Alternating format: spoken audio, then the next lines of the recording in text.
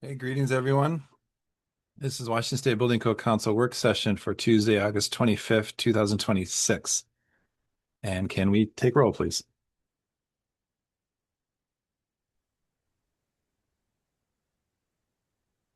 All right, sorry, I was muted there. Todd Barther, Here. Jay Arnold, Here. Scott Bastiani. Here.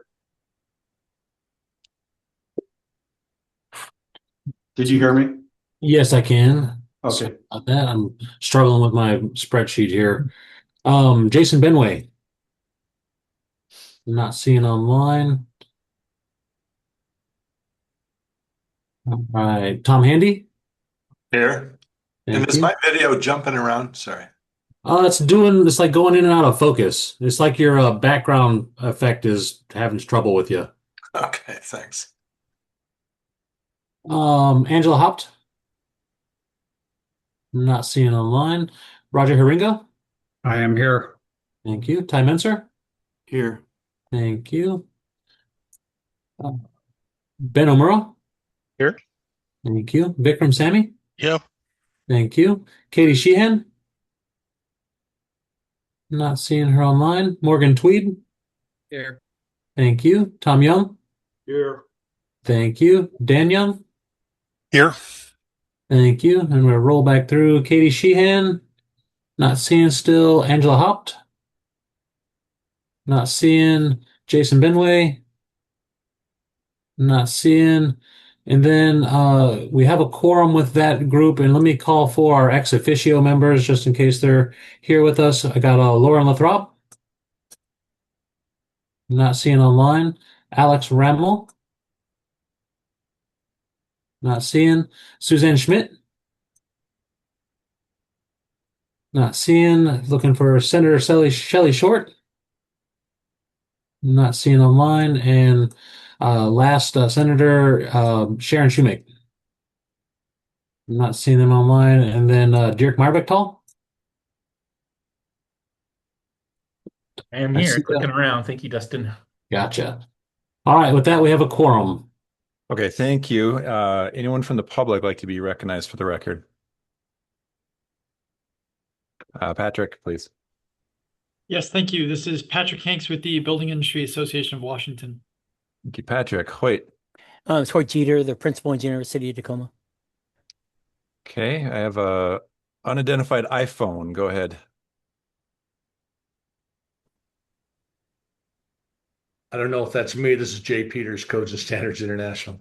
I don't think it was, but welcome, Jay. And then Jim Dominic, representing the fire service. thank you, Jim. Welcome. Jim, I'm going to rename you for convenience. You said Jim Dominic? Jim Dominic, yes, sir. Okay. Perfect. Welcome. Thank you. One more hand, Zach. Hey, this is Zach Johnson with Hardy. Welcome. Okay. Item number 2 is to review and approve the agenda. Can we hear a motion to approve? So move to approve the agenda. This is Tom Young. This is Thank you, Dan. Tom. I'll second. Thank you, Dan. Okay. Any proposed changes? Any I public? would propose that the other code comments on there. I don't have our spreadsheets posted for the meeting. We were still getting them finalized, and I think we'll be taking up most of the time with the discussions here today, but I'm not really prepared for the other codes comments item on there in my proposed striking that. Okay. Only thing I'll note is on the embodied carbon, Jay, you and I had an email dialogue. Are you willing to take that item? I'll step down from chair for that item. Absolutely. Okay, thank you. Okay, any public comment? Hearing none, all those in favor signify by saying aye. Aye. Aye. Any opposed? Agenda is approved. Do we have minutes posted, Dustin? Yes, sir. Okay, item 3 is to review and approve the minutes from August 18th, 2026. As we bring those on to the screen, can we hear a motion to approve, please?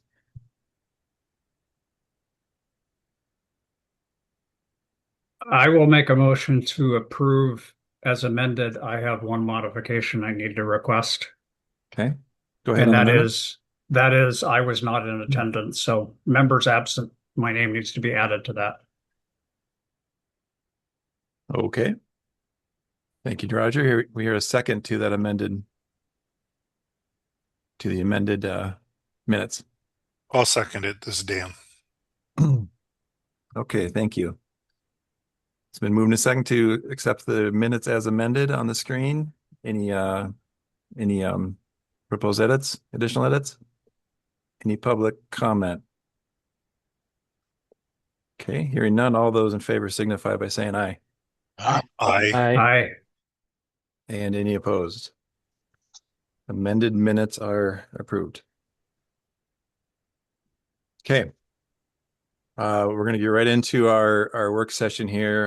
As in the past, this is a council work session. We're not intending to take any more public testimony as the record is closed. But if a council member has any questions, we might call on and ask for participation from the public. So, okay, with that, let's lead in with Ben, please, on the mechanical code, if you're willing to start us off. Absolutely. Thanks, Don.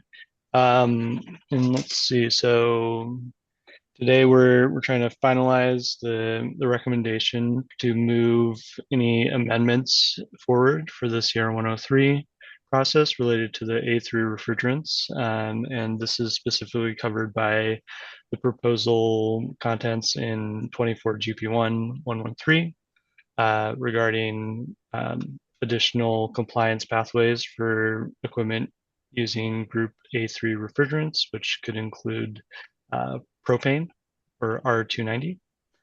And so last work session, we reviewed a couple options, and feel free anyone else to jump in, but my recollection, I think the outcome of that is that we landed on either option 3 to provide some amendments to allow for the alternate compliance pathways to be used for testing or demonstration applications in a narrower kind of situation of circumstances.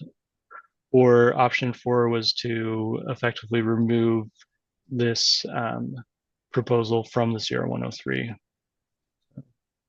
And so I don't know if we want to do a quick rundown of the options again, but basically option 1 was to just make some editorial changes, but bring the full intent from the proposal into the Sierra 103 with a couple adjustments based on some of the public testimony. And option 2 was to add in the research and demonstration, but not really change around exception 2 for the IEC or EN compliance standards options. And let's go to option 3. And this would basically do the same thing, but also add in some jurisdictional level approval required for the use of exception 2 for section 1101.2. So maybe scroll down a little bit.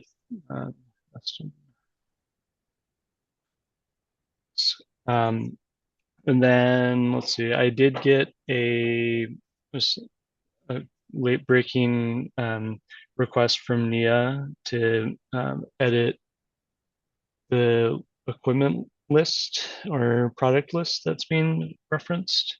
So I sent that in to you, Dustin, about 30 minutes ago. But And would that go into this option here, that suggested change? so yeah, it would go into exception 1. Okay. In this option, correct?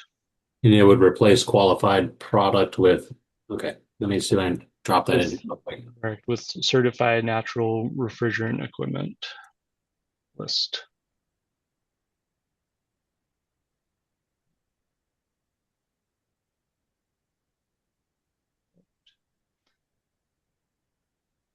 Okay, and I guess where we kind of ended up last time was just Jay had noted just wanting to understand a little bit more and maybe some others had noted, if there is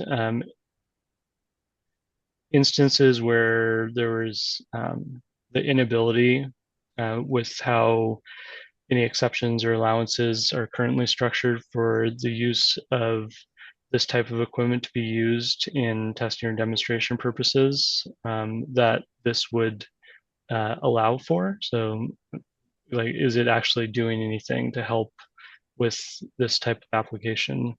Was the question, and I did get some feedback. I did some research on what's available. It was kind of hard to parse out exactly how it would be viewed depending on like if the equipment is being actually used in like a laboratory or experimentation process versus being evaluated for operation. But I guess my kind of where I landed with that was that there are pathways to use things that don't have like the UL listing potentially, but to be like conform with typical standards, they would still need to meet like an OSHA standard or something like that for electrical equipment, which may or and appear to not typically be aligned with some of these European standards. So it does seem like there's still like a gap here, is my initial findings, and where that if that's the how typical things are typically evaluated for use in this type of scenario, I'm not sure. But some of the use case feedback I did get was that in a practical workflow, a lot of times these projects where they're trying to use a newer technology like this that's hasn't been used in the country or in the state previously is difficult to do without getting pre-approval from an AHJ, fire marshal, etc. And to actually apply for that and to have them evaluate it, a lot of times the project needs to show that it is funded and has that that full design realized. But to do that, a lot of time to get that funding, they need to show that they have that approval. So that's kind of like a chicken and egg scenario where projects are not able to meet that requirement to show what they need to do to get their funding, but they can't get that approval without having the funding. So it's kind of a catch-22 scenario here. So this is what this would help enable. So I guess that is kind of where I ended up. So it does seem like there is a case to be made here. But I guess I'll leave it there. I don't know, Jay or others, if that kind of satisfies what you were looking to get more feedback on. Go ahead, Jay. Yeah, thank you, Ben, for doing the extra research. I think that at least provides some information, and given that I think we're on the right track where we need to take an action to enable some of this, and with the language that you've added about additional conditions required for approval, I think that covers some of the things you just talked through. So I think my concerns have been addressed. Okay. And Todd and Dustin, I do see that Hoyt has his hand up in the audience, and I think it might be valuable if he does have some pointed feedback from a code official perspective to hear that, if you would agree to that.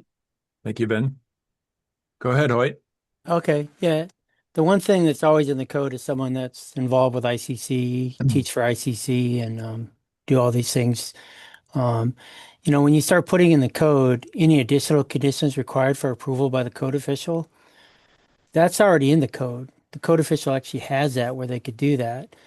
Once you start putting something in there where you're adding that required by the code official, you know, it kind of counterintuitive of what the code actually says, because already the code official is there to be able to approve the items that you're doing.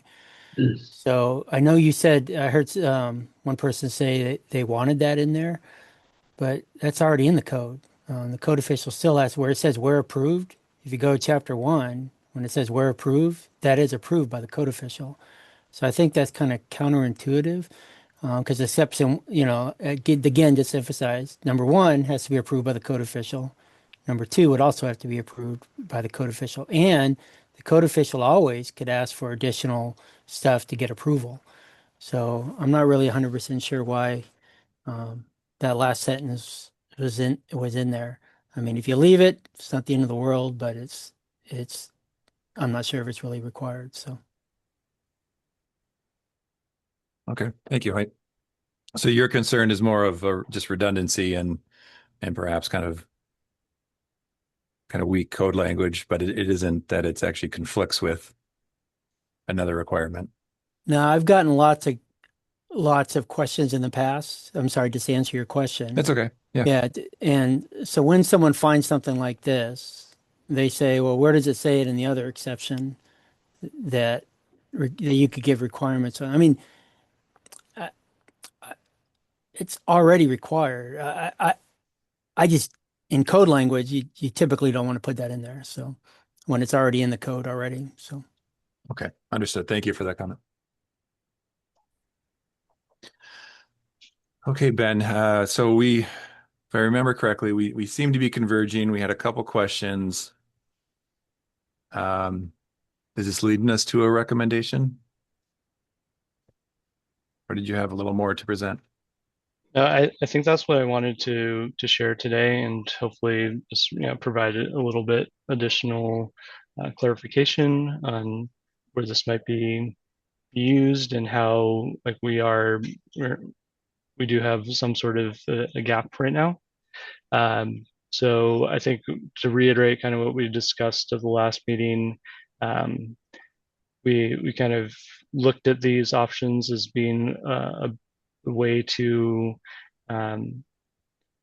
either kind of provide this allowance or with option 4 to kind of just remove the new proposed language and pending further code development, additional direction from the legislator on things coming out of the Department of Ecology task force that Dan had discussed, and just waiting for kind of more information to make the next steps or kind of bring it forward into the code for the cycle, kind of where you're at with the decision. Okay, thanks, Ben. Go ahead, Roger. Yeah, I guess I wanted to provide an alternate thought from Hoyt, coming at it from the design community. And I'm obviously not a mechanical engineer, but I am a structural engineer. While I agree, Chapter 1 allows you to provide alternate information and get it approved by the building official, I'm completely aware of that and understand and support that. In this case, number one, not all building officials are going to have knowledge about these two exceptions. And to have it in here where we really are pointing at some specific things that then the building official is going to look at, I think is I would be in support of. So I support option 3 as opposed to I think quite suggestions to not include these two exceptions, which is really option 4. I would support option 3 to include them. Okay, thank you, Roger. Ben, from your comment, are you implying that we're not quite ready today? No, I think unless others have any additional feedback or questions, I think it would be helpful to at least get an idea of where the group is at in terms of preference for these options. And then if it's still pretty split, maybe we would need to try to clarify it some more. But that would be my recommendations to see if we have some sort of consensus to move forward. Okay, well, let's take a straw poll of sorts by through comments first. So go ahead, Dan. Yeah, I'm still leaning towards option 4, just because of using the standard of the European one, which is way different than our standards. And I know that with the Department of Ecology, we're going to get more clarity with that. And I also know that Ashray and Jim Dominic's on here. He's leading the group that's going to look at the testing and all that. So I think there's still a lot of work that has to be done. And my opinion is option 4, which is not to move this forward at this time. Okay, thank you, Dan. Go ahead, Vikram. Just want to make sure I'm understanding the ramifications of the 4 different options correctly. So as far as I can make out, the option 1 is like the broadest acceptance, right? It's where it gives it the most flexibility, right? And then option 2 is kind of a limited pathway, and then option 3 is like kind of punting it to the AHJ. Is that correct? And then option 4 is do nothing. Would that be a rough summary then?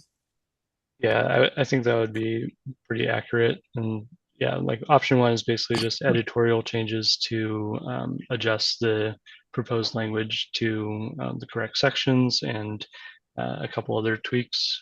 But then, yeah, stepping through all the way down to option 4, where it totally removes the proposed language. Yeah.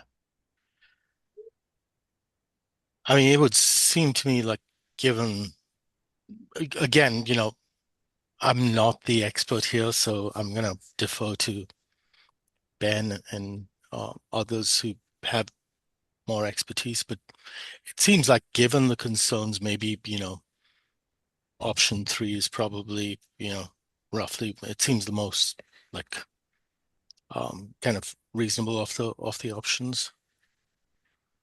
But again, I will defer to the experts. Okay, go ahead, Roger. Yeah, Dan, could you talk to the European standards? I know that was discussed a couple weeks ago. Right now, the European standards are not included, and we would be adding them.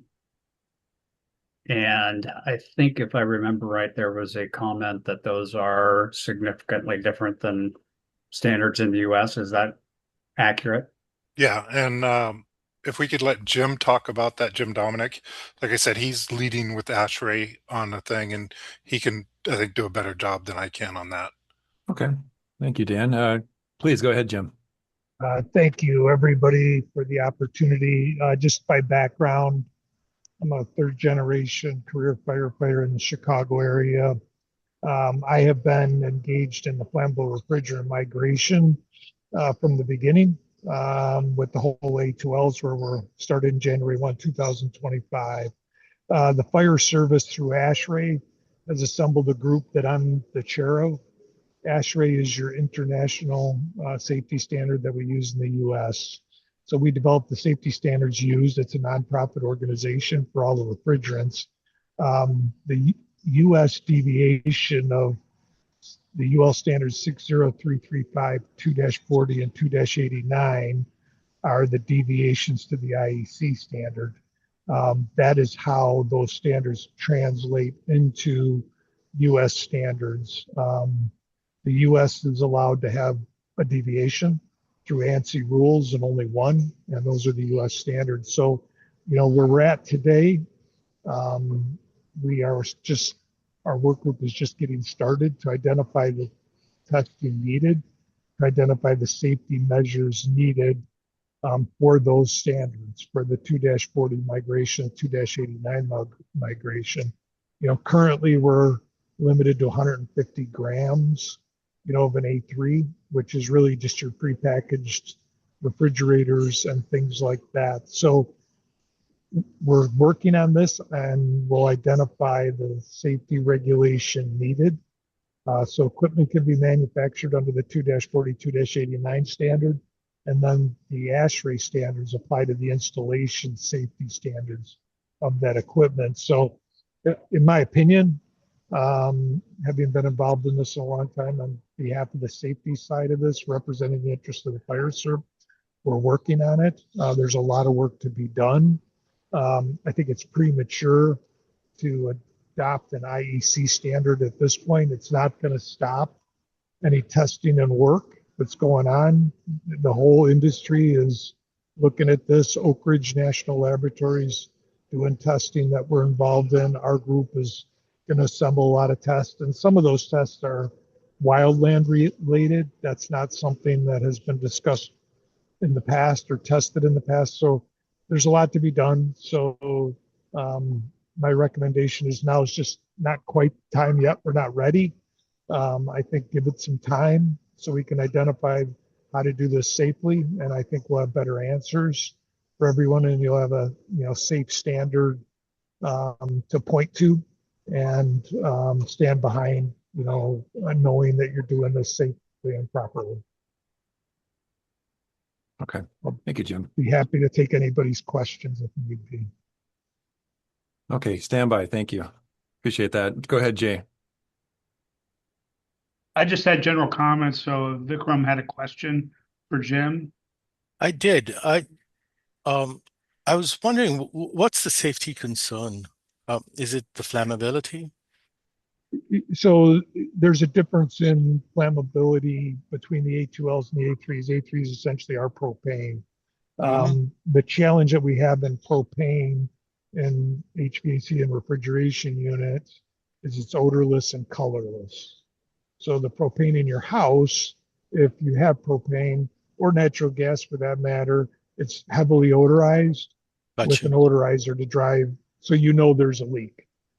We don't have that in the refrigeration world yet. There's research being done on behalf of ASHRAE for that to figure out how to odorize it.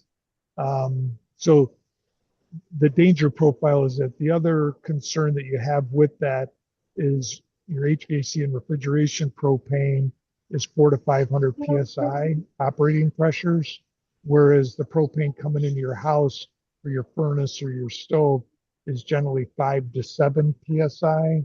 So that's where the safety concerns lie, is you can't smell it, can't see it, it's colorless. And mom and dad, family could be sitting in the living room, there could be a leak and they wouldn't know it. And then static electricity, propane is far more ignitable than the A2Ls. So there's a significant risk and danger. And really where the area is being focused on right now is outdoor systems, heat pumps, things like that, that keep the propane outside and cool a liquid and send that inside. And that seems to be what's done largely in Europe. But we air condition more, we build bigger buildings, bigger spaces. Typically, we also use more combustible construction typically than they do in Europe. So I hope that answers your question, but that's the real concerns. That was a very informative answer. Thanks. Okay. Thank you, Jim. Tom, did you have a question for Jim before Jay goes? Yeah, I kind of do. It's kind of along the same line that Vikram's going to, is that if there were systems that were built to the European standard in the US, I mean, are we suggesting then that those just aren't safe in general? Or is the application in the US so different that those systems can't be used as they are in Europe? So I wouldn't say they're that unsafe. They're built for a different environment and a different market. We have the US deviations of the IEC standard in the UL standards, primarily that 2-40, 2-89 standard I mentioned. And that's the work, a collective body.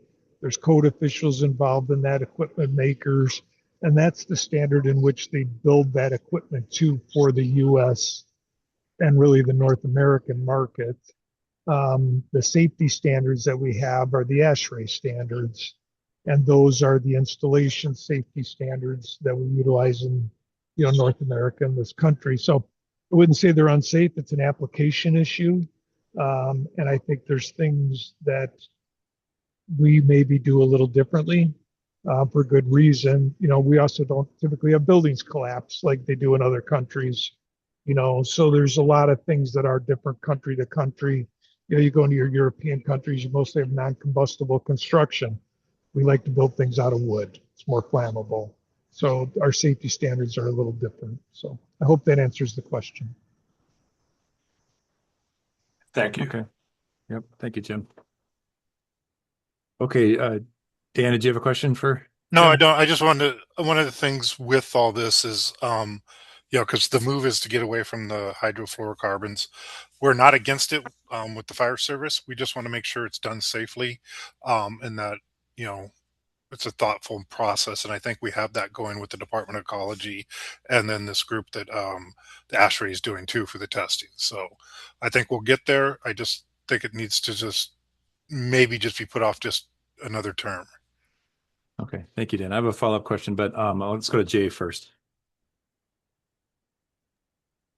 Thank you. I appreciate the concerns that Jim and Dan are bringing up, and I think they're totally valid if we were adopting a statewide standard. What we're looking at here is something where the AHJ first has to approve, and then both through what Hoyt was saying and through the language here, the code official could put any number of additional conditions required to address some of the concerns that were brought up. I think given those limitations, we're talking about a very constrained rollout in specific locations that want to start to enable these. And so given those constraints, I'd be willing to move forward with option 3 as stated. Thanks. Okay, thank you, Jay. Go ahead, Scott.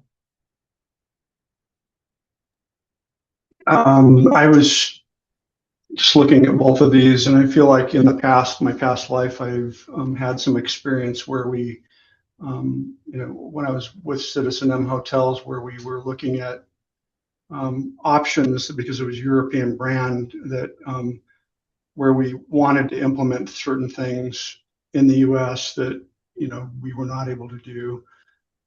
But I do have some concerns about that as I read this. This number 1, it doesn't really define other than the jurisdiction making the decision on can the whole building be, can the system be installed for a defined duration in the entire building? It's not 10% of the units or 5% of the units or whatever that is.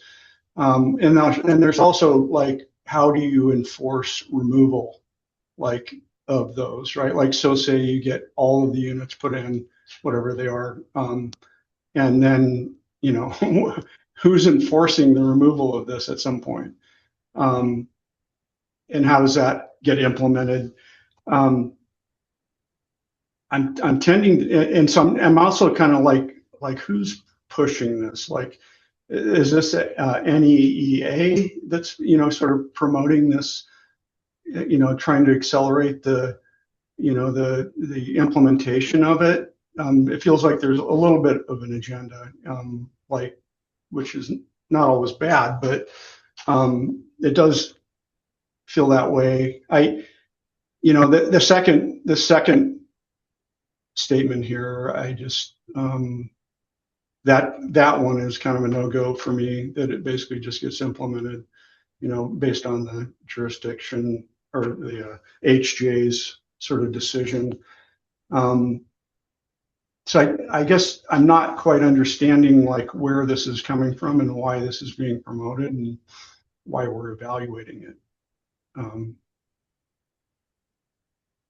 I guess I'd like to hear that. And also option 3, I'm not really I don't know where option 3 is. I guess I missed that. Yeah, let's start with that, Scott. So you have specific questions about option 3, or just that you didn't remember it? Yeah, I just didn't remember it. Okay. Sorry, I'll read it here. But thank you. Okay. So I guess my question is who's promoting these options? Where's this? Maybe, yeah, I'll try to provide a bit of background. I mean, my understanding is that the proponents that provided the proposal were delivering it from just a need to provide real world examples of this equipment being installed and being able to show that it's a feasible approach for use in building systems. And I guess one thing to clarify is that this section is only for low probability equipment, both these exceptions, which means that the refrigerant is either it could be outdoors or it could be within like a defined machinery room type of application. So it's not something where there's refrigerant piping going through occupied spaces or something like that with that flammable refrigerant traveling through those pipes or anything like that. Okay. So it is a fairly like if you look at the scale of risk, it's a much less risky type of system versus something like a quote unquote high probability system. It could be like a data room, split system on a data room or something versus units in every single guest room or something like that. Or exactly. So it's more like if you had like a heat pump kind of on like outside that's then providing hot water into the building or something like that to instead of a some other sort of boiler system or something like that as an alternate. That help, Scott? Yeah, it does quite a bit. Okay, good questions. Thank you. Okay, let's go back to Tom. Yeah, after hearing all of this, I kind of am with Jay. I mean, I'd hate to just kind of shut this off. I think that, if it's been used in another country, other countries, and it's deemed by them to be safe in these low probability situations, especially, I just think that we've got to figure out a way to accelerate the movement away from the refrigerants that we're using now, and anything we can do in a responsible manner, with the HJ's concurrence, that we should just do it and let it get started. This is pretty measured, and the risk is really, in the general scheme of things, pretty low, in my opinion. Okay, thank you, Tom. Okay, well, I think what I'm hearing is a convergence on option 3, with the exception of perhaps Dan.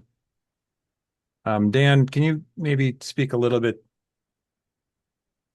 for or against option 3 if that was the council's consideration? Would you be willing to? I think a lot of it has to do with, I think Jim pointed out some of the differences, like Europe, they have different standards of building, a lot more non-combustible stuff. We also look at it from the firefighter standpoint. We haven't looked at these. What's the effect during a fire? What's the effect going to do to a firefighter? When you have a fire, we don't know. That's always a very big concern with firefighters. We don't know what's there. It's not in the norm. So most of the time they show up, they see a air conditioning unit, they know how it's going to react with the refrigerants that are in it. And then we add some different ones that they don't know. And the chances of firefighters getting hurt is a huge concern. Okay. Do you have concerns with the HJ, with the local enforcement being able to keep up with advancements in these technologies on their decision? Uh, that's a loaded question there, Todd. Sorry, it wasn't meant to be. No, but you know what I'm saying. These things, I've learned a lot in the last 3 weeks on these. Because you have to, or have to. Yeah, it is a concern with some of the jurisdictions if they don't know. Yeah, but that's always a concern with anything, right? Any type of alternate means and method, we have to do a lot of research on it, and hopefully that they're reaching out to experts on it. It's just like if somebody comes in with some new retardant or something, for wood. We have to look at it. We have to look at the testing, all that kind of stuff. So there's always a concern, but we're also professionals that need to do our due diligence if somebody's asking for something out of the norm. So Okay, well I said. don't know if I really answered it or I do a good job of, walking around it. So Nope. Well said. Thank you, Jim. Let's go to another HJ. Tom. Yeah, I mean, I can appreciate, not knowing what you're up against when you're coming into those things. I mean, if you see a barbecue grill, you're going to probably assume there's a propane tank there and take appropriate measures. But, I mean, could it be something as simple as labeling these units as flammable, so that you were aware then when you came upon one that might have that type of refrigerant in it or anything else, just like any other storage tank for propane? yeah, and then that also could be something, like if I was doing something that's in my jurisdiction, I'd probably do that as a condition. And another condition would be that the person installing it has to get with the fire department so they know. So there's always some options like that. But like I said, that's going to be up to the AHJ. Okay. Well, I think it's pretty well laid out in front of us. Are we thinking we can make a recommendation here and take a vote on it? And again, just a reminder to everyone, what we're doing in these work sessions is any motion would be a recommendation to direct staff to draft this into CR 103 for final adoption by the council. So this is not the adoption action. This is directing staff to put a version into CR 103 so we can make that available to the public. Go ahead, Tom. Yeah, I think I'd be happy to make that recommendation as in the motion here. Okay. Oh, as stated? But we didn't state an option. I didn't state an option. Option 3, sorry. Option 3. Okay. Okay. Tom? Oh, Jim Dominic had his hand up. I'd like to hear from him after some of the discussion. Now, I do want to kind of point out that I guess where Ben pointed out, and this is to address Jim's concern also too, but this is for low probability equipment, which is supposedly like pretty safe. So Tom, would you prefer to do that while we're in the middle of making a motion? Yeah, I like to hear, because Jim had his hand up before the motion was made and we never called him. Okay. That's okay. We're not taking public comments today, but we are asking specific questions. So maybe I can phrase it that way, Tom, if there's a specific question for Jim. Yeah. Point of order. Should there be a second before discussion? I'm a little confused on this right now. Yes, I would like to either follow the motion and then move in deliberation. So I agree with you, Tom. Do we hear a second first? I'll second the motion so Okay. that we can move on into further discussion. Thank you, Roger, and thank you, Tom, for the point of order. Okay, so it's been moved and seconded to recommend option 3. Now, Tom, do you have kind of more deliberation or questions here? Yeah, because I'm kind of like weighing option 3 also too, because I hear Jim's concern about his safety concern, but I also understand this is for low probability equipment, which should be considered very safe. And I'd like to hear how Jim would address this for low probability equipment. Okay. Might be a little unusual to take that question in the motion, but let's do it. Go ahead, Jim, if you had to answer that question. Yeah, so just a couple of things. I've been a code official my whole life, so I got to be the AHJ, and you want some kind of a foundational document when something's going to be installed, and we're lacking that right now. I am on the Washington Commission task force that's been started to evaluate this. So in your state, you have a task force working on this right now. The other point that I heard that's concerning is UL has identified a marking standard for this. We don't even have identification safety markings at this point that everybody's agreed on to put on the equipment because there isn't an equipment listing yet. So the IEC standard, if you apply that, you're going to have an equipment marking that looks like an organic peroxide or an oxidizer, which is not recognizable as a safety marking in this country. You're going to have the fire service running the other way, away from the building, because that's an extremely hazardous, unpredictable, reactive signal that's used in the European world, but not in the US. It looks like something we use. So my opinion is just we're working on it. We're trying hard. It's just you guys are ahead of the curve here. If you give us a little more time, I think we're going to come back with a real safe application for you to adopt. That's our goal. Okay. Thank you, Jim. Did that help, Tom? Yes, thank you. Okay, thank you for that. Okay, so we're in the motion to recommend option 3. We're looking for any other council deliberation.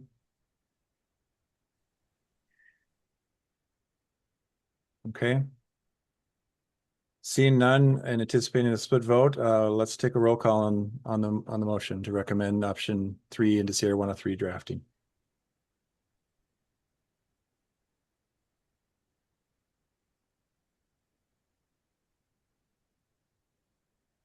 Jay Arnold, Yes. Scott Bastiani, Yeah, I'll agree that we should move it forward. Option 3. Mark and a yes.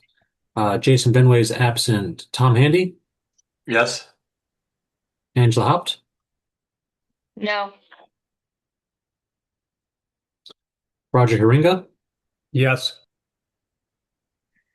Ty Mincer, Yes.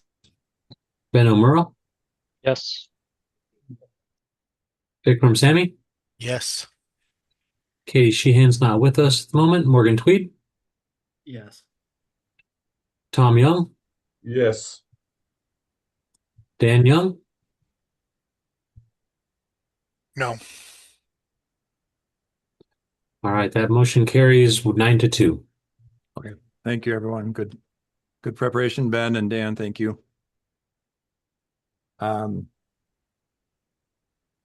have the agenda in front of me. We're going to move into The next one I had on there was the IRC solar amendment recommendation by Katie Sheehan. Katie's not with us today, and I am not well versed in what this one's bringing to be able to lead that discussion. Okay. Yeah, and I think I see a hand, but I think I knew Katie was going to be gone this week, so maybe this is one we can move to next week. Okay.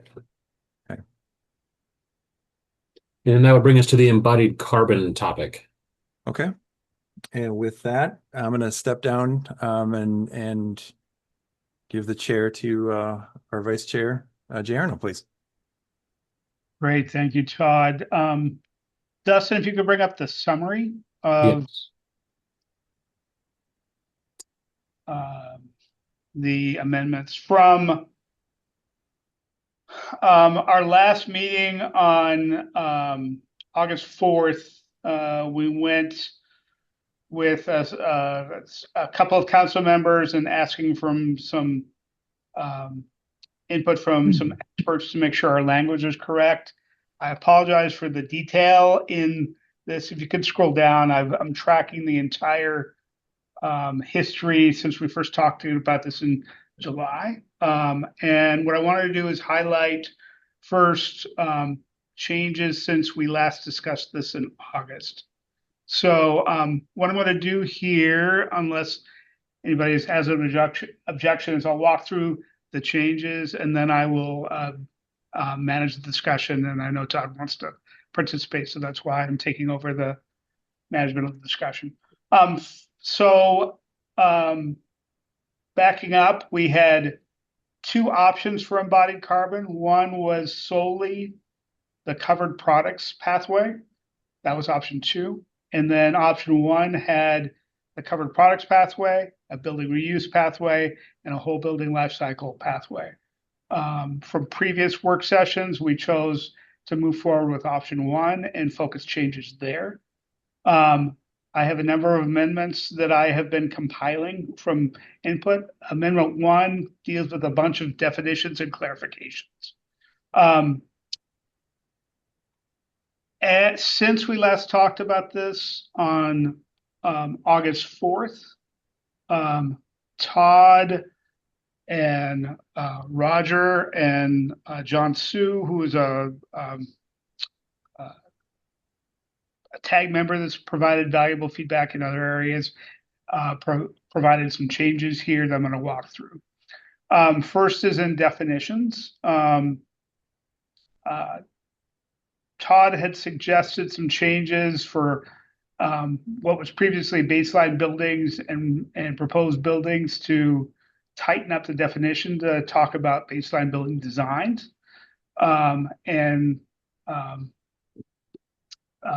as something to compare to the proposed building designs.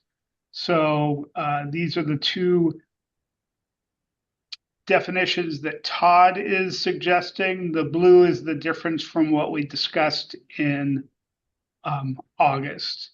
And if you scroll down, or this is part of the materials on the website, if you want to look separately, we also have the previous versions if you want to kind of look at the history. Okay, if you could scroll down to to next change. Secondly, Roger, you want to speak? Yeah, Jay, I just want to be clear as I'm looking at these. So the number 2 there, the covered project, the current proposal is what is up on top.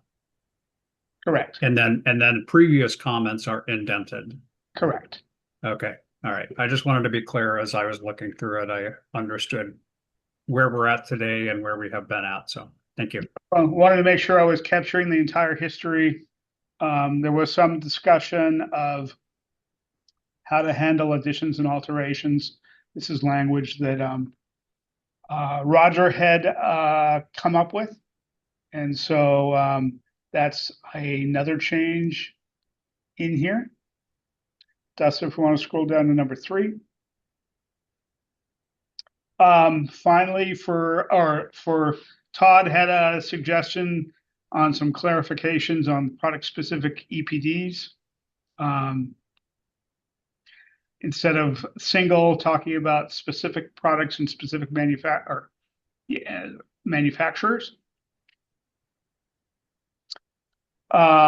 Number 4 came from clarification from John Sue. John made some general comments in email, and the language changes are my language to respond to his comments.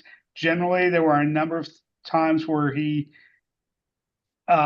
clarified as building officials when they look at things like may, that also means may not. So he suggested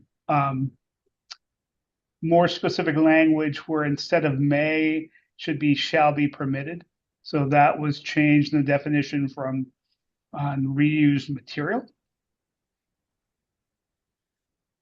Change number 5 was one we discussed previously that Roger had put forward. As we're looking at options for AHJs to adopt, these are things that they could choose to do without coming back to the SBCC for approval. Roger suggested adding 70% as an option for the whole building compliance pathway so that jurisdiction could be more stringent in their requirements without coming back to us.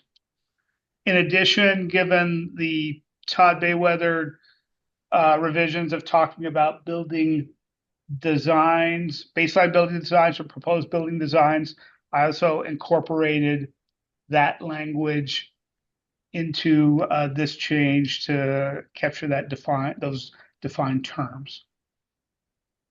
Okay, number 6. The Carbon Leadership Forum originally had suggested some language around biogenic carbon, given some controversy around this, to say that there shouldn't be included as part of compliance for this code, but could be reported separately. Todd had suggested some different language here, which I have accepted in this. Okay, number 7. There was the original language on the building reuse structure, building reuse based on what's the criteria for it. The Carbon Leadership Forum had talked about a gross square feet limit. The tag had talked about a 45% limit. Roger suggested some language that returns to the tag standard of 45%. And that's what's included in here.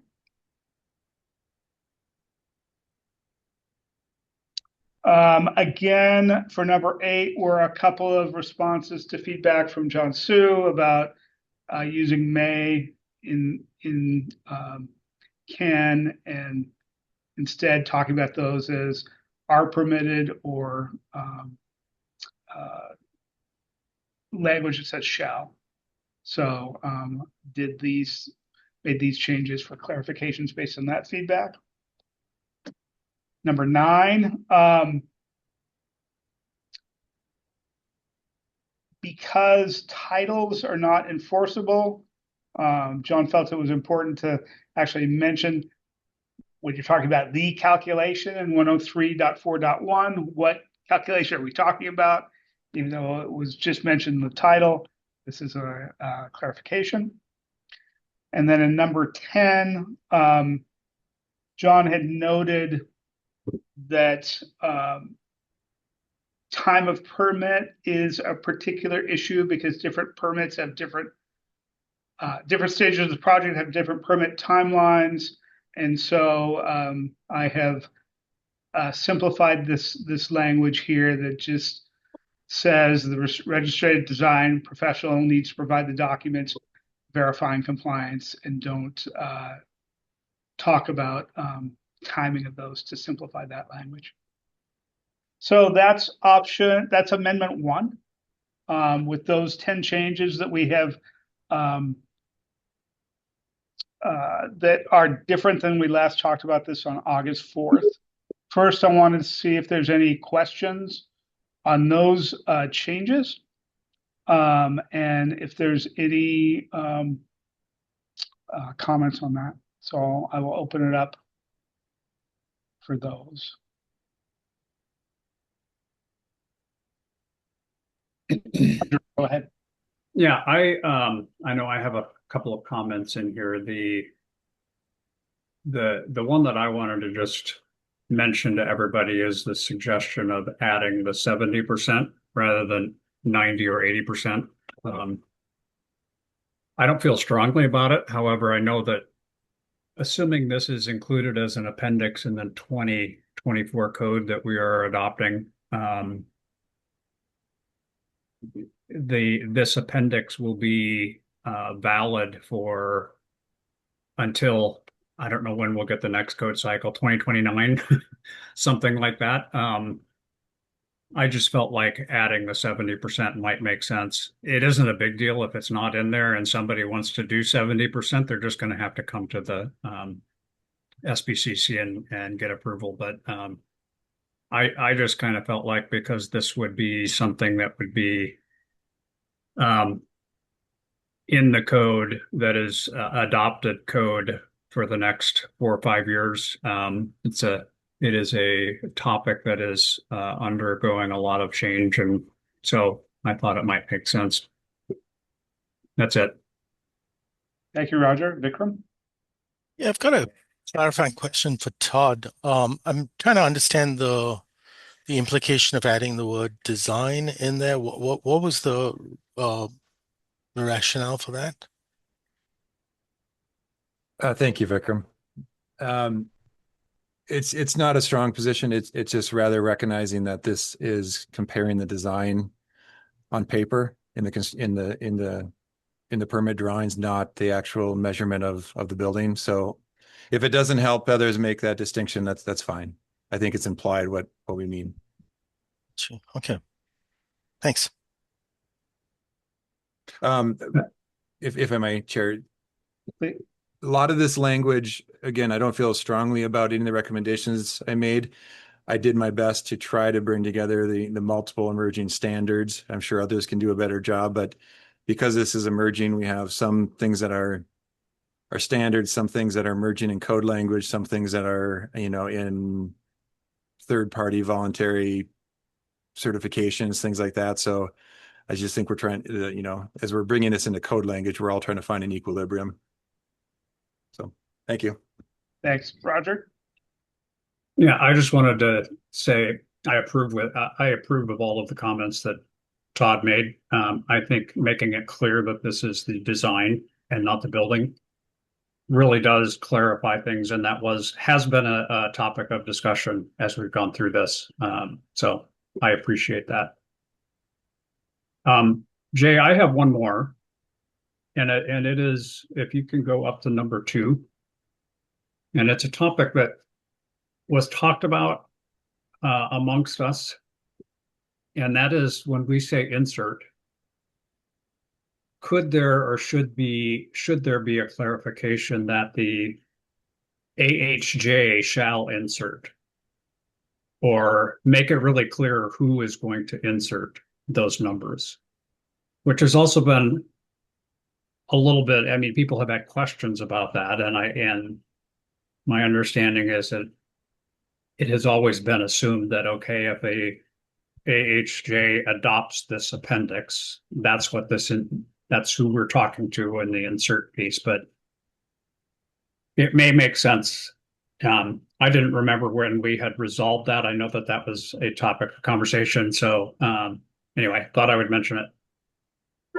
I want to turn that over to Dustin and perhaps Derek about, is this something that could be handled as part of the drafting of the CR 103? How do we generally handle that when we're providing an optional appendix for AHJs?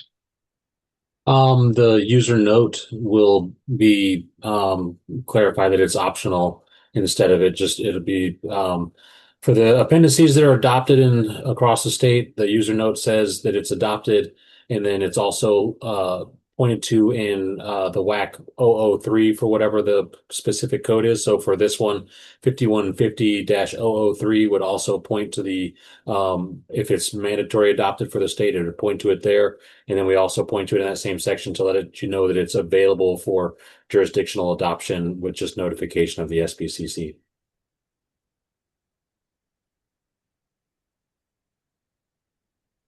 Okay, Roger, does that address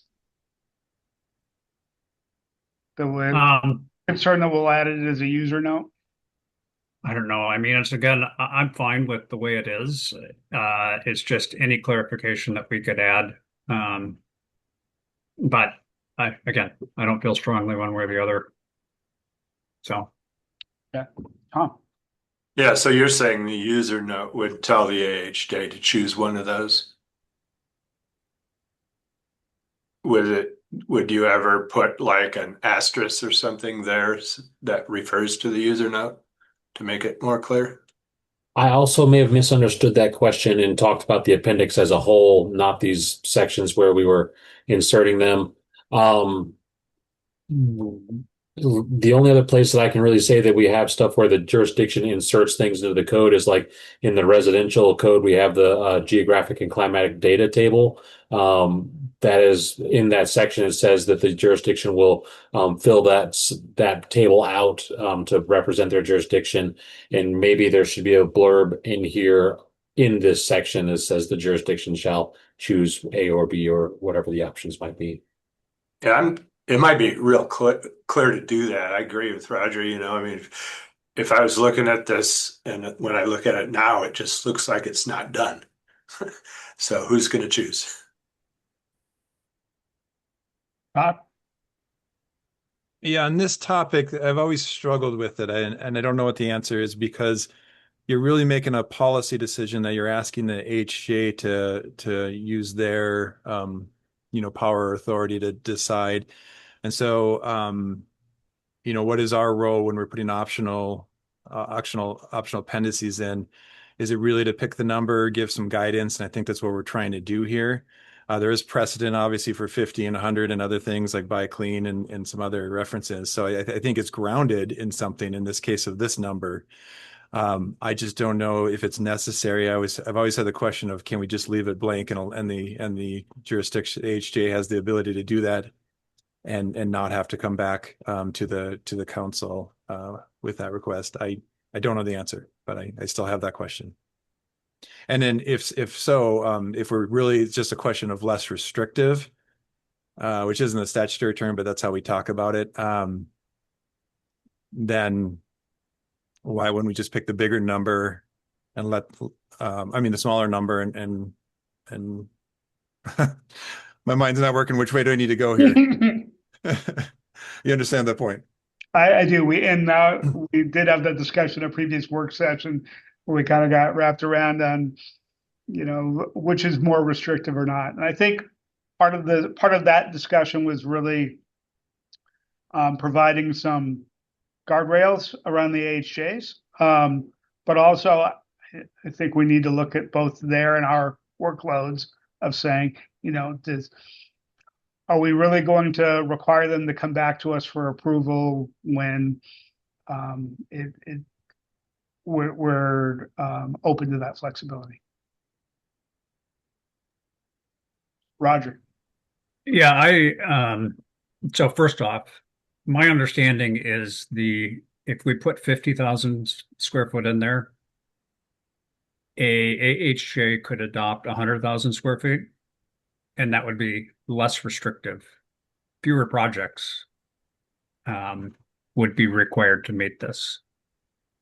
So I believe if we are going to go with pick a number, it would be the 50,000. I just know that there was a lot of discussion during the tag process of we really wanted this to be something that the municipality chose. And it may very well depend on the municipality and how many projects there are and in a smaller county or city, how many projects over 100,000 square feet are there? And they may want to choose the 50,000 square feet so we felt like it was a policy decision that we were looking for the AHJ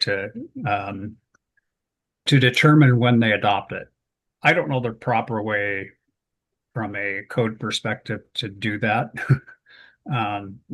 It seemed like this was a pretty reasonable way to approach that. So, Todd, go ahead. Yeah, I think that might be backwards though, but I was interpreting more as 100 would be the less restrictive, and then the HJ would interpret into a smaller and to include more buildings to be more restrictive. But that can be debated. And then just as a scale reference, some of this grounding is in buy clean, buy fair in the state of Washington. And the first round, if you remember, is 100,000 square feet. Now those are on public buildings, and it'll transition to 50 on some time frame. And just know that on public buildings, they haven't been able to collect a lot or any data. I can't remember because it is a large building. So just it may not collect a lot of data and influence a lot of buildings. Then the question becomes, why is there a threshold? What argument is the council making to only limit it to large buildings? Is that a burden on small buildings, small businesses? It's a question of, I think the council should be intentional and state why we're choosing a size at all. Thank you. Ben? Thanks, Jay. I guess just kind of remembering some of that conversation, my recollection was that having the larger square footage indicated would potentially pose some problems if a jurisdiction wanted to adopt a more restrictive, so a smaller square footage option and I think the reason stated was for residential code buildings, as that I think there's like WAC or RCW requirements, is they would need council approval to do that. I don't know if someone remembers that, but and then I guess when I was thinking through that, I'm wondering if that would even be applicable here if this is a building code appendix. So I guess I would be fine with having either square footage options listed or both of them as shown personally. So I think wherever we go with this, I would say like having the 100,000 square feet would make sense and probably be a little bit cleaner for presentation though.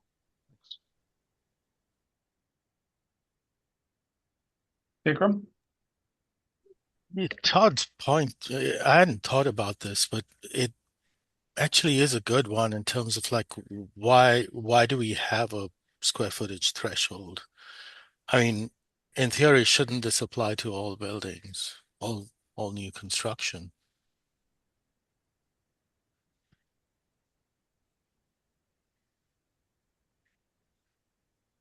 And I don't know the answer.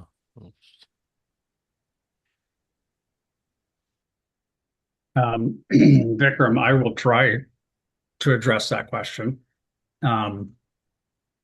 This is an optional appendix.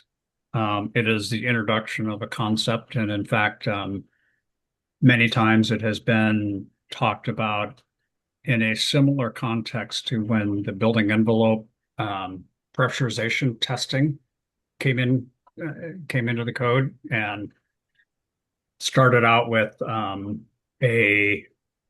with some larger projects that it did not seem to be a huge deal on. People got used to it and then it got implemented kind of throughout.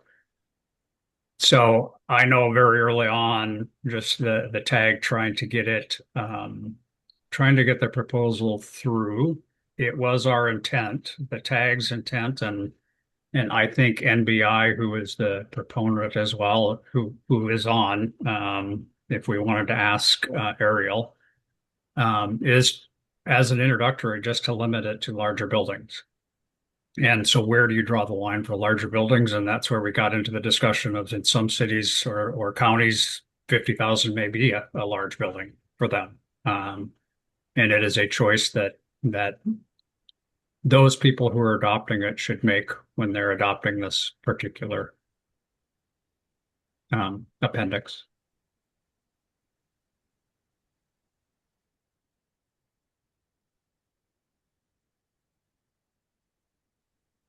Okay. What trying to gauge people's interest because I'm hearing was hearing two different things. One is just how do we, if we wanted to provide different options to the AHJ, how do we do that? And that seems to me like a staff work item for drafting something in the user note, or whether we want to have a discussion about whether we want to provide options to AHJs or not. And so is there anybody that's thinking we don't want to provide options and instead want to talk about single threshold numbers where we have these within this appendix? Tom. Yeah, coming from and presiding over a small county, I would prefer to have some flexibility in this, to keep construction options more open for different types of things. I prefer to have an option or the option to pick. Roger? Jay, I would just support it. In fact, I pulled up the clean version of everything. We have the user note at the top. I think that we just direct the staff to clarify when we say insert, come up with some language that clarifies that in the user note. Okay. That seems like a reasonable approach. For the changes that are in Amendment 1, the clarifications we walked through, is the group ready to make a motion to direct staff to incorporate those changes into the CR 103, or do we need some more time on this? Todd, go ahead. So would it be appropriate to talk about the 70% or any number right now? Sure, 70% was one of the Okay. things that's part of this text. So one of the concerns here is that because this is procurement only, this really isn't the design lever, right? You don't get credit for a better design in this method. I'm trying to think if that's an incorrect statement in any way, but you're only comparing, materials within their product categories and then rolling them up together to achieve this reduction, say 70%. The thing that is concerned, especially from the material standpoint, is especially in a structural material, which I think in my math could be anywhere between 50 to 80% of the overall roll up in the covered products. That can be substantial. And what you're essentially saying is that if you're comparing to a baseline, which is either an average or weighted average or mass average, depending on how they calculated that baseline in a material category, if you had a perfect bell curve, your mean would be your median, and you'd be essentially eliminating, anything below that bell curve. Actually, you're looking more like a 70% reduction on that. So you're eliminating anything that is on that lower part of that bell curve. I'm sorry, I'm kind of going the opposite direction. We're talking about higher numbers here. The challenge becomes when you have some outliers that really pull that mean away from the median. And all of a sudden now you're not just eliminating 70% of, or 130% of the manufacturers. You could be eliminating a lot more if that is really skewed. And that's the case in a couple of these numbers. And those numbers are posted in the CLF baseline report that also has the methodology, and you can kind of see the cases where the mean and median separate, and that's of a big concern. So I just think we have to be very careful. Even getting below 1 on this, you're eliminating a lot of products, and you can say you can make it up in other categories, but that can really be challenging when you're talking about some of the big structural materials. So I'll just make that statement overall for today. Thank you. Okay. And Dustin, can you go down to, I think it's number 4 that number 5 Todd was talking about here. That's the 70%. Thank you. Vikram, go ahead. Yeah, so is that true that you can't take credit for a better design? Because the way I read this, there's nothing that says that your baseline building, and in my mind, this is a bit of a loophole, that your baseline building can't be reinforced concrete and your proposed building is CLT or something like that, right? Vikram, am I in the wrong category here? Are we talking about we're not talking about the prescriptive? Maybe Todd, I'm just... you are, and the 70% is for the whole building LCA. It's okay, not my apologies. Correct. Yeah. I got in the wrong category, so thanks for correcting me. So, Vikram, I go ahead and ask your question, but that was why my hand was up. Is 70% that I proposed is for the whole building LCA pathway. Save that comment for later then. Thank you. You do get benefit for a better design. So yeah, and that, to me, that's something that down the road, maybe the next version we will need to address is actually defining a little bit more, no pun intended, concretely what that baseline is, right? Just like in, ASHRAE 90.1 Appendix G, you actually have a very clear definition of what that baseline system is, right? And that's not there yet in this one, and it might be okay because this is, as Roger pointed out, this is the first version we're getting our toes wet, but that is something that down the road we will need to address. Okay, Todd? Well, now that I have to retract, then thank you to my fellow council members for correcting me on that. I don't disagree with the 70%. I think the 90 is grounded in other national standards, but I don't disagree, like leaving the option to 70. So thanks. Okay. Dustin, can you pull up Amendment 1, Revision 3? This is the summary, but just the full amendment. Thank you. And scroll through that. I'm wondering, this is also posted on the website. Instead of just the summary, this includes all of the changes in Amendment 1. And I'm wondering if we are at a point where we're ready to act on this today, or if, given that I'm not hearing objections to the language changes that Roger, Todd, and John Sue had put up, whether you'd like some time at a future work session to say, okay, here it is without the history, to be able to look at that. Or are we ready to direct staff to move forward with this? Thoughts? Roger, please go ahead. The way we've always done this is if there are objections, I haven't heard any, and I know as I've gone through all 10 of these, I am in support of all 10 of them. They are clarifications. I think some of the other revisions that we have to talk about, we need to get into and discuss and make some determinations. But I would propose that we approve Amendment 1, Revision 3, and direct staff to integrate this language into the CR 103 for full adoption, with the caveat that they also update the user manual to clarify the insert language. Thank you. We have a motion. Is there a second? Seconded. Okay, it's been moved by Roger and seconded by Vikram to direct staff to take Amendment 1, Revision 3, add some clarifications to the user note about the optional thresholds, and include that in the CR 103 draft. Is there any discussion? Todd?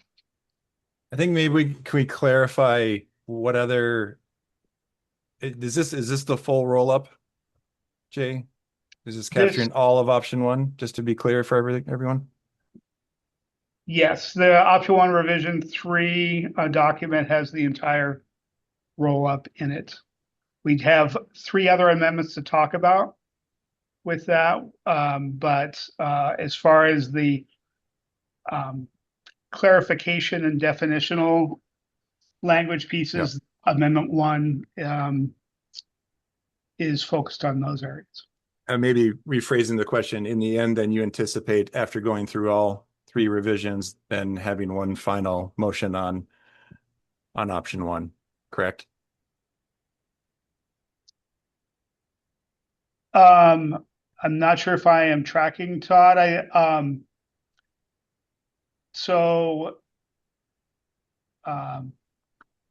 You're wondering if the full council could vote on the appendix itself once we correct, whether or not to include option 1 as a whole.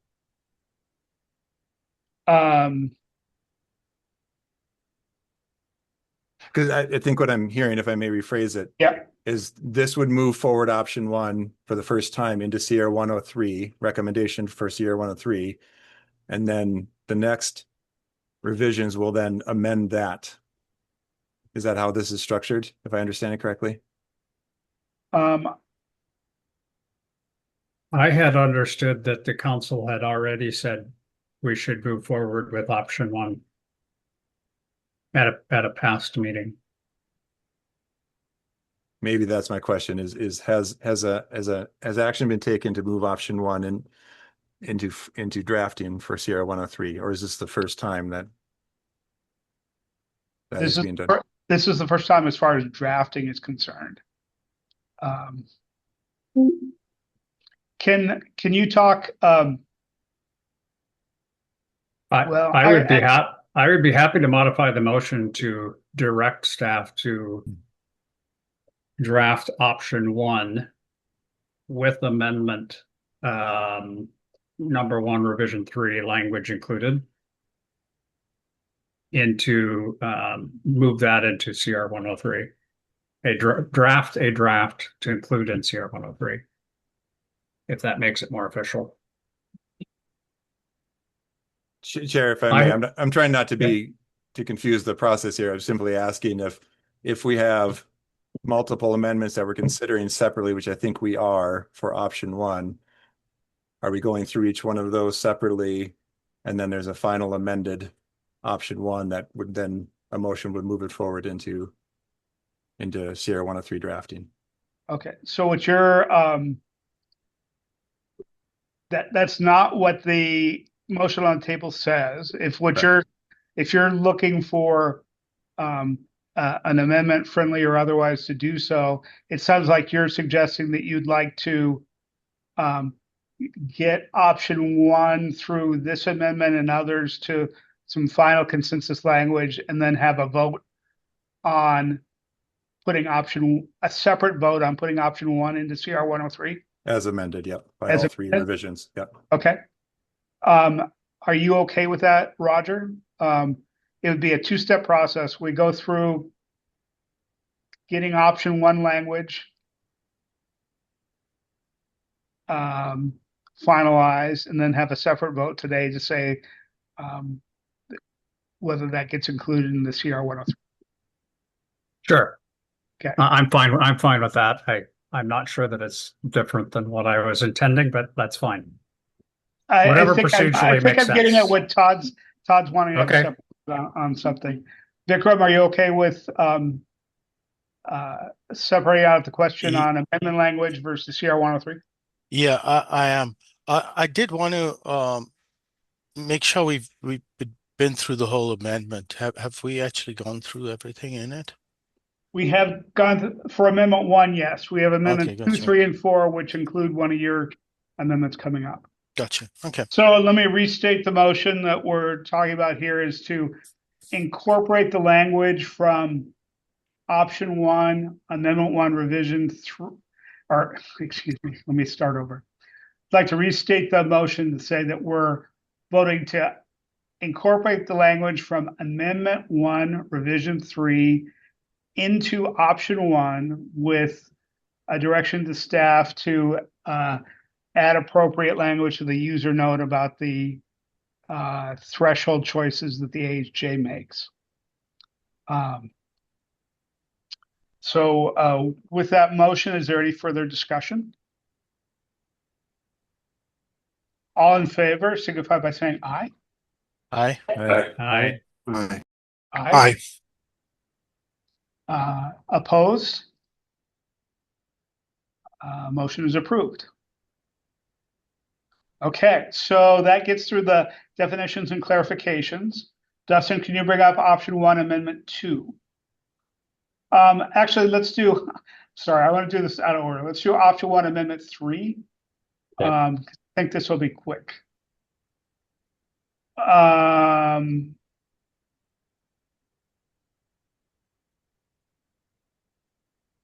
Great. This is Vikram, your amendment on eliminating 100%. You want to talk to this? So it's purely on a mathematical basis where you're asking essentially demonstrating compliance by comparing it to, this is the product compliance pathway, right?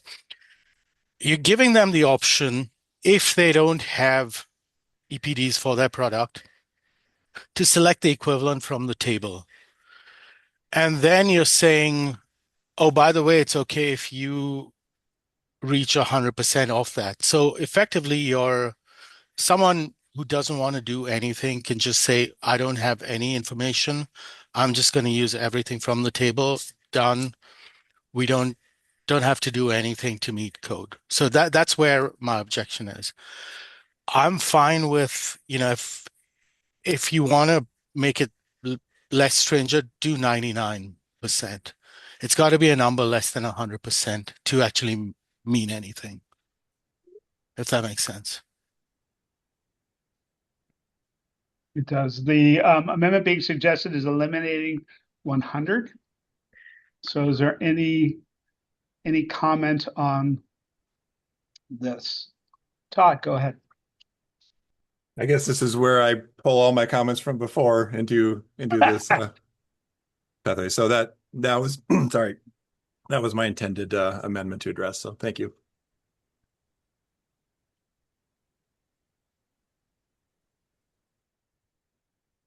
So I'm sorry, Todd. Could you re-summarize your point on this? Because I'm unclear on whether you are supportive of this amendment or not, given your previous talk. Okay. I'm sorry. To be very clear, I am not supportive of this from a material standpoint because what we're really talking about is comparing to a mean of and while we roll up with multiple building materials, and please someone correct me if I'm misunderstanding this. If a product category is dominant within that roll up, and you're comparing to a mean, and that mean is skewed off of the median because there are some outliers that are pulling it away from the mean, you can start to eliminate a lot of different manufacturers within a product category.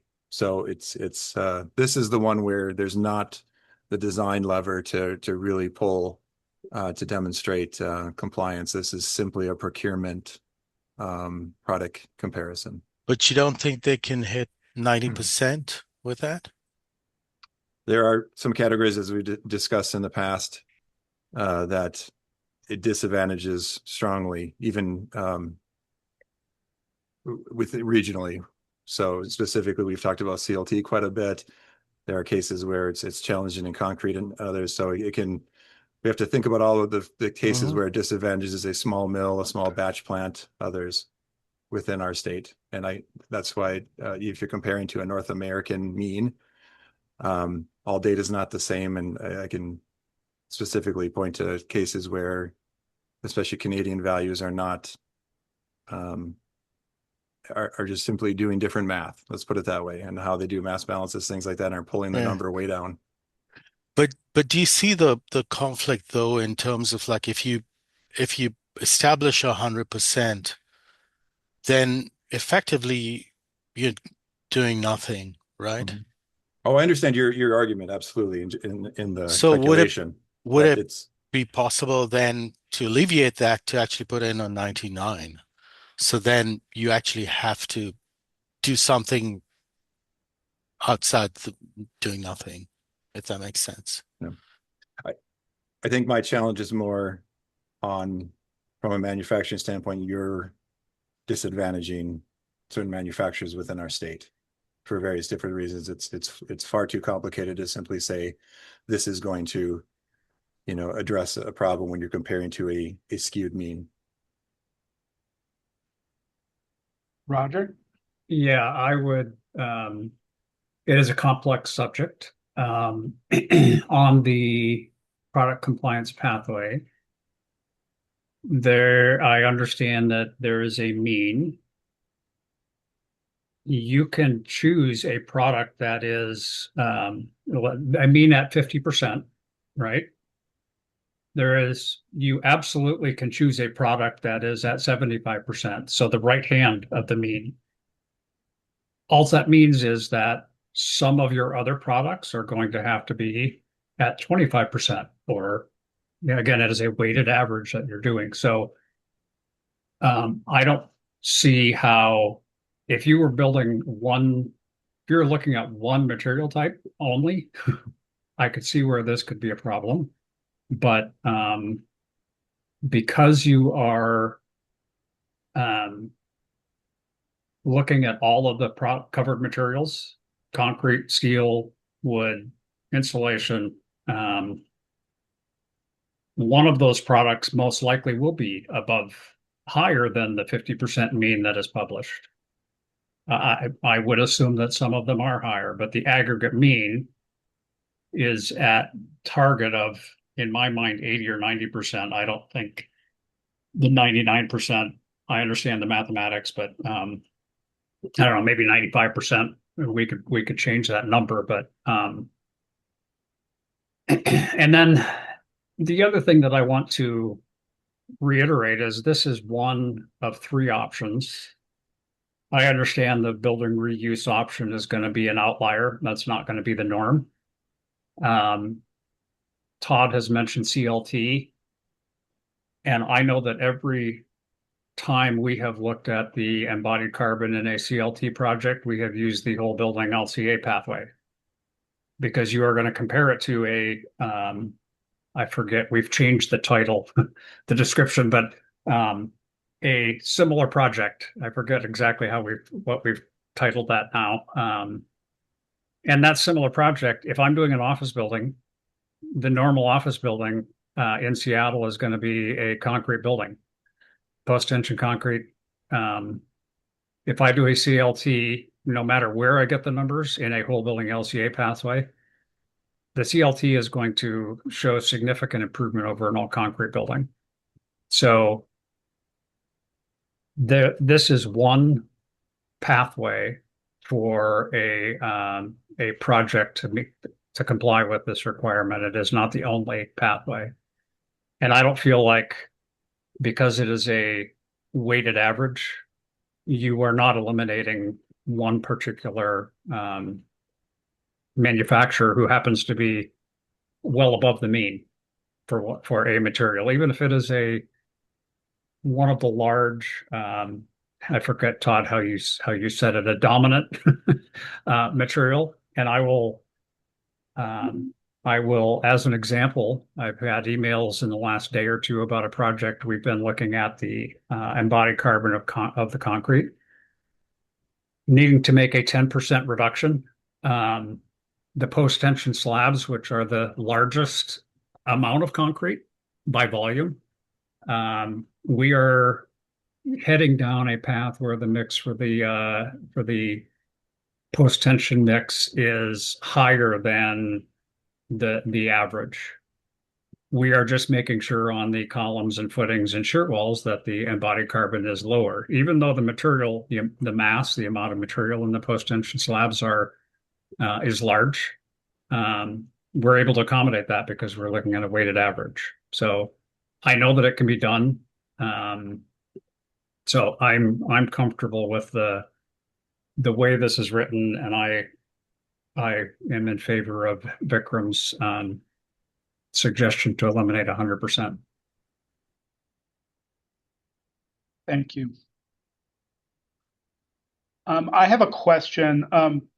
Todd, if I am understanding your concern, it is in that the product compliance pathway has a table of values that have these average nationwide numbers, and that your concern is, and I think I would share the concern, is that a specific manufacturer's EPD that's local may have a higher value and therefore be disadvantaged. But in this particular pathway, they would have the choice to use the value in the table or the EPD, correct? So there's that if the EPD isn't advantageous, is there any reason why they would be using an EPD in this pathway versus the table value? Would you like me to address? Yeah, that's my question.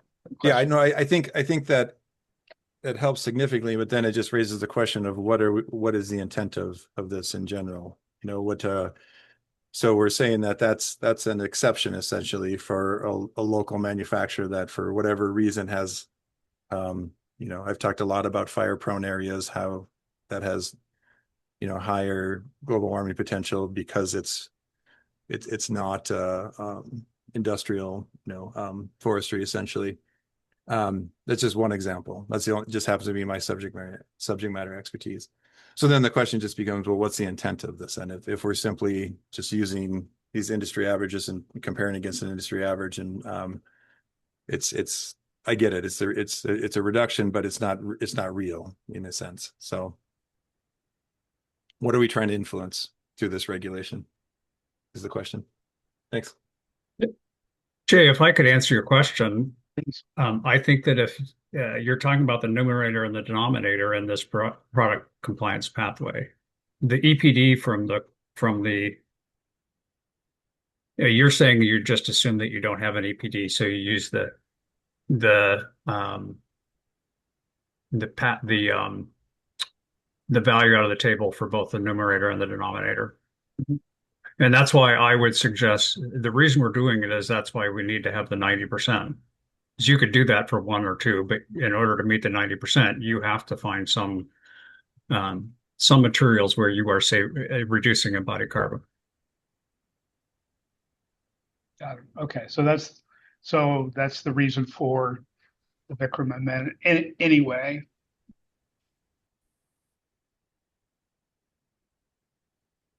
got it. Okay, is there any further discussion on this?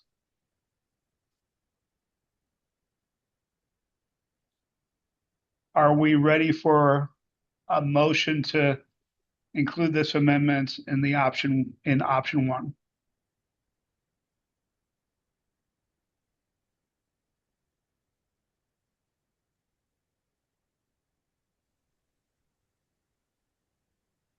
I was waiting for Vikram to make a motion, but I'll make a motion that we include option one, amendment 3 in the drafting of option 1. That staff include amendment 3 into the drafting of option. Is there a second? I'll second it. Okay. Is there any discussion on amendment 3? Okay, the questions on the table is amendment 3, which removes the 100% option from the product compliance pathway. All in favor, signify by saying aye. Aye. Aye. Aye. Any opposed? No.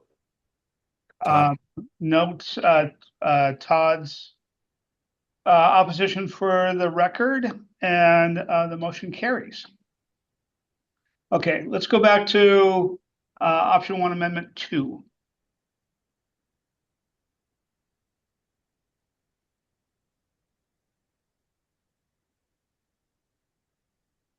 Okay, if you recall this amendment, the Carbon Leadership Forum, which provided the original values that were part of the tag recommendation from a 2023 report they did, and public comment said that between the time the tag had done their work and this was put out for public comment, CLF had come up with some 2025 baseline numbers and offered public comment to include the updated numbers.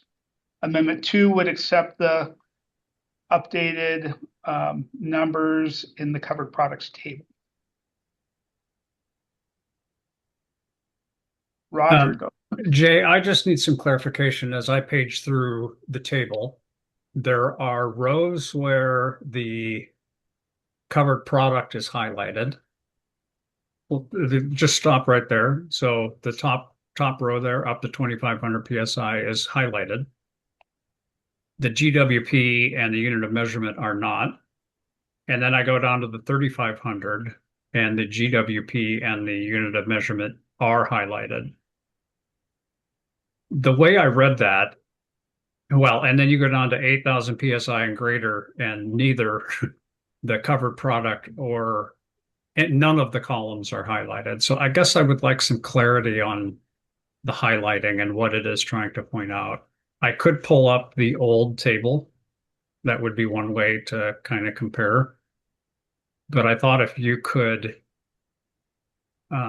clarify a little bit what the shading, how the shading was arrived at. This was directly out of the public comment, and I'm going back to my notes from the July 21st work session to see if there were changes.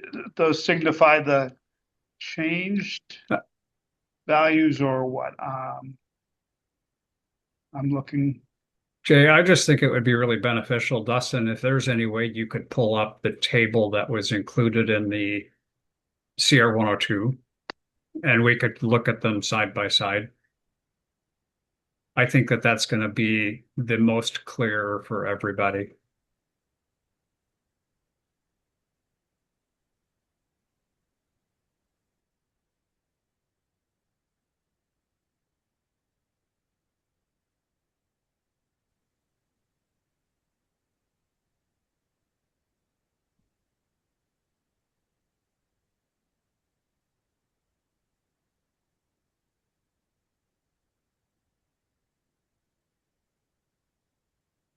I'm getting it popped open. Just one more moment.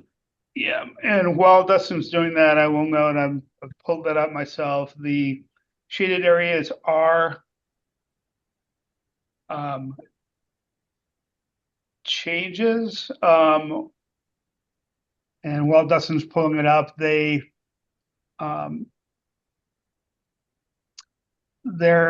was a difference in 2499 psi versus 2500.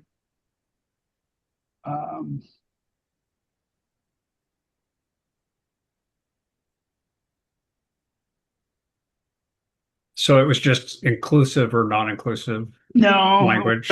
it wasn't. Oh, and I do also remember Megan. There we go. Megan talking about this in our previous work session. They did include some intermediate numbers, as you would note, between 3,000, 3,500, and 4,000 psi. They had some new intermediate numbers compared to what was there before. Okay. Thank you.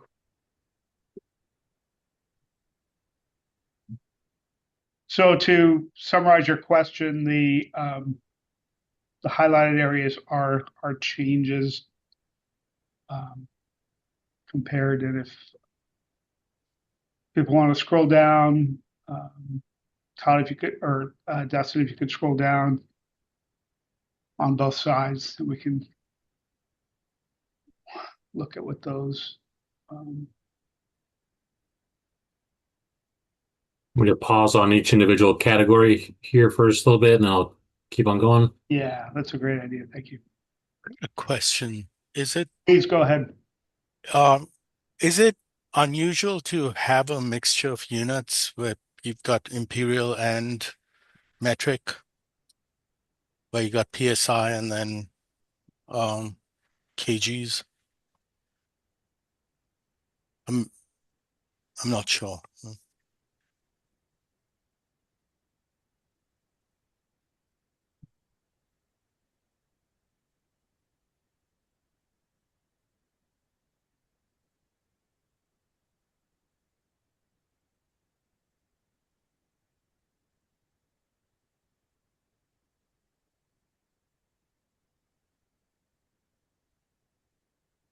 Vikram, again, I will try to do my best to answer your question. This is based on the CLF's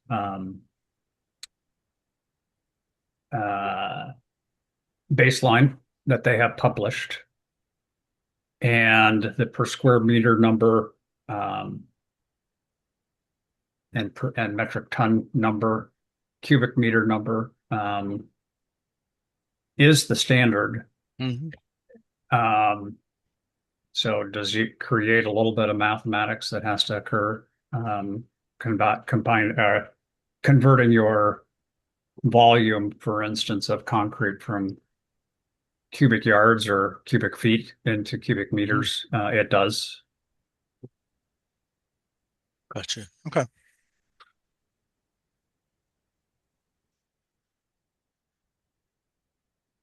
Any other questions or comments on this? Is this flat glass word not supposed to be there? I think this is an extension of the insulation products category.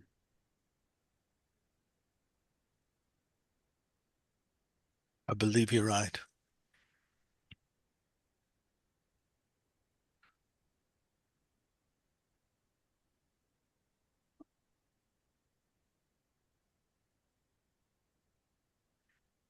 It doesn't make sense there.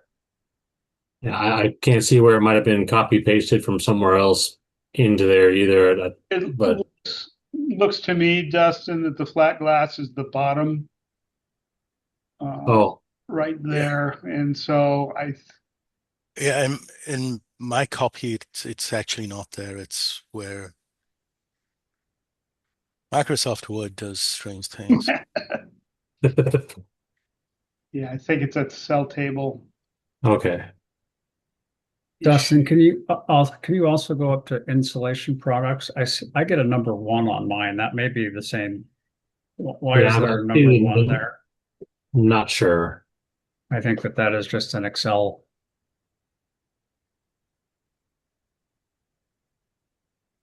Was there a footnote or anything? No. Yeah.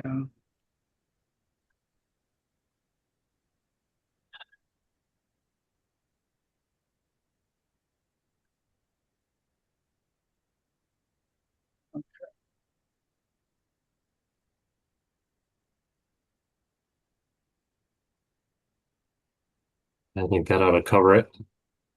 Wait.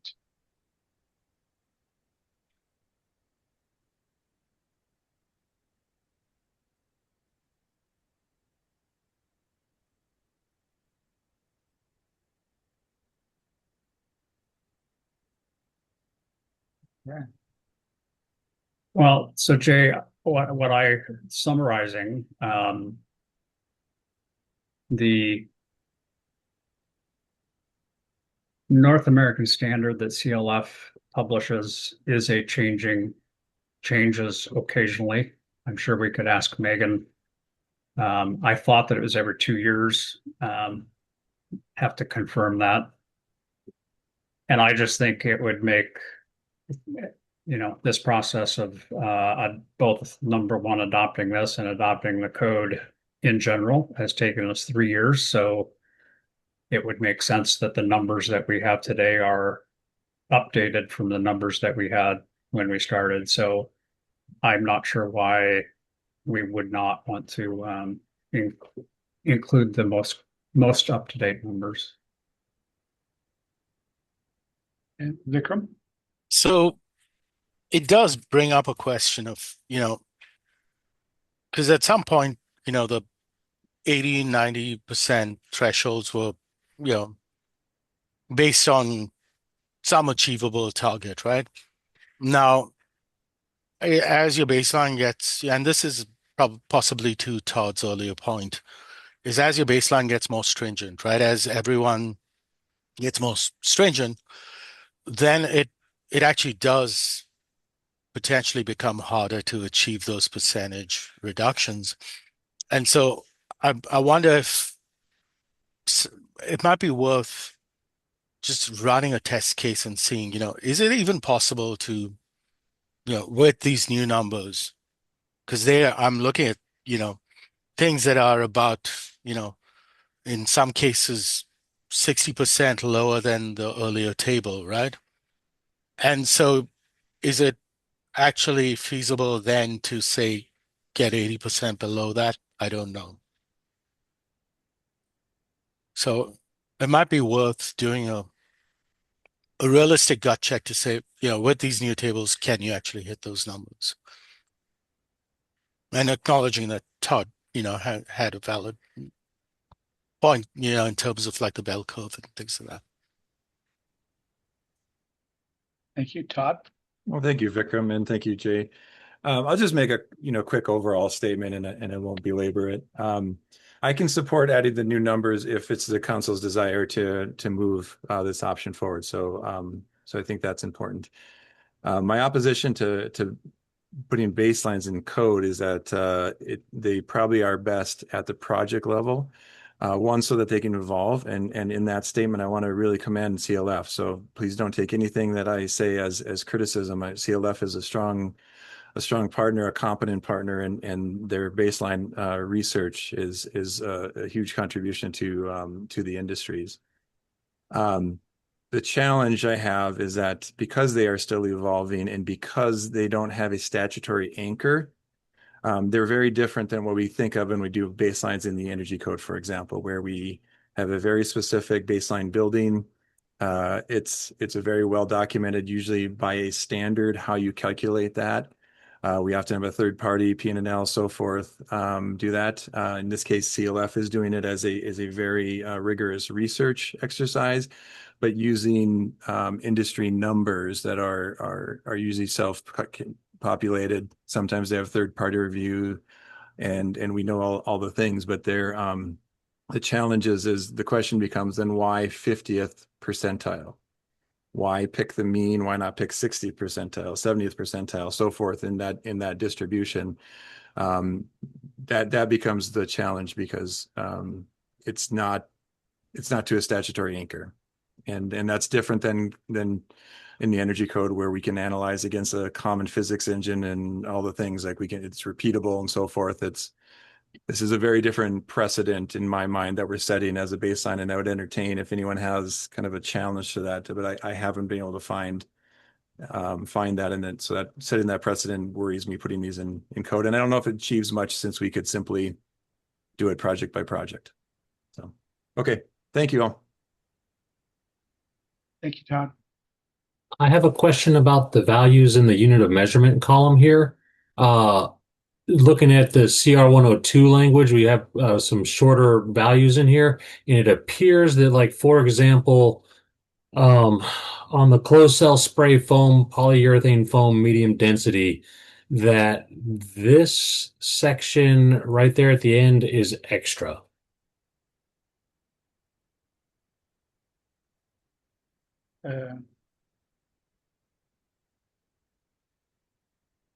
And I don't fully understand what these numbers are actually telling us right there. As I believe it's kilograms CO2 per meter squared, or the global warming potential of the product per meter squared. And I think that there's some just extra artifacts on this document here, and I want to make sure that they're either supposed to be there or they're not supposed to be there. Got it. Okay. What I would suggest then is that we come back at a future work session and review this with CLF to get things a little tighter. Roger? Yeah, we are coming up on our time, Yep. Jay, and I completely understand Todd's concern about the 50%. I'm aware of the using the Northwest, I'm sorry, using a North American average versus a Northwest average. And I have considered and thought about adding a exception and or note to the end of 103.2 that defines the product compliance pathway that basically says to the effect, and I'm not going to insert code language here because I'm not a code writer and it would take me a little while, but basically that says that values from the table may be modified if approved by the building official. So for instance, if we publish this and 2 years down the line or 3 years down the line, there is an updated number for glulam timber, as it were, and a project team came to the building official and said, here are the values that we are using out of the table, but we have modified values A, B, and C for these reasons. And the building official says, okay, that makes a lot of sense. That is perfectly acceptable. So it kind of, it would address the fact that these EPD numbers and averages are a moving target. There are fluid numbers, and when we pick a table like this, it's going to be in the table for 4 years or however long until we update it.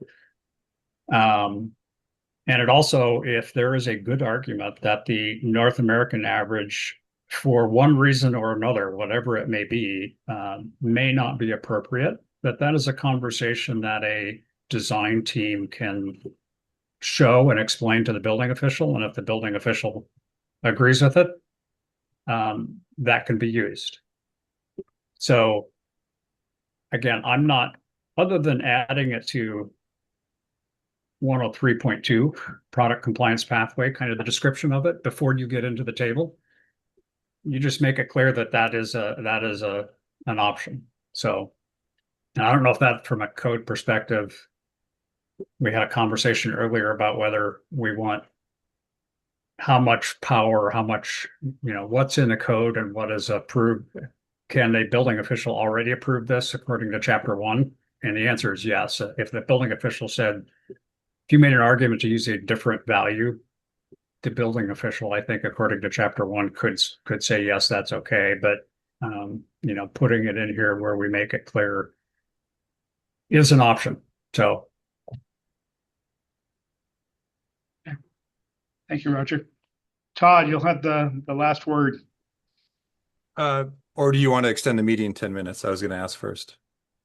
And then the will of the council. I'm not sure that we're at a point to resolve this, nor the last item on including cross-laminated timber in the table. So I think we're going to take an additional work session anyway.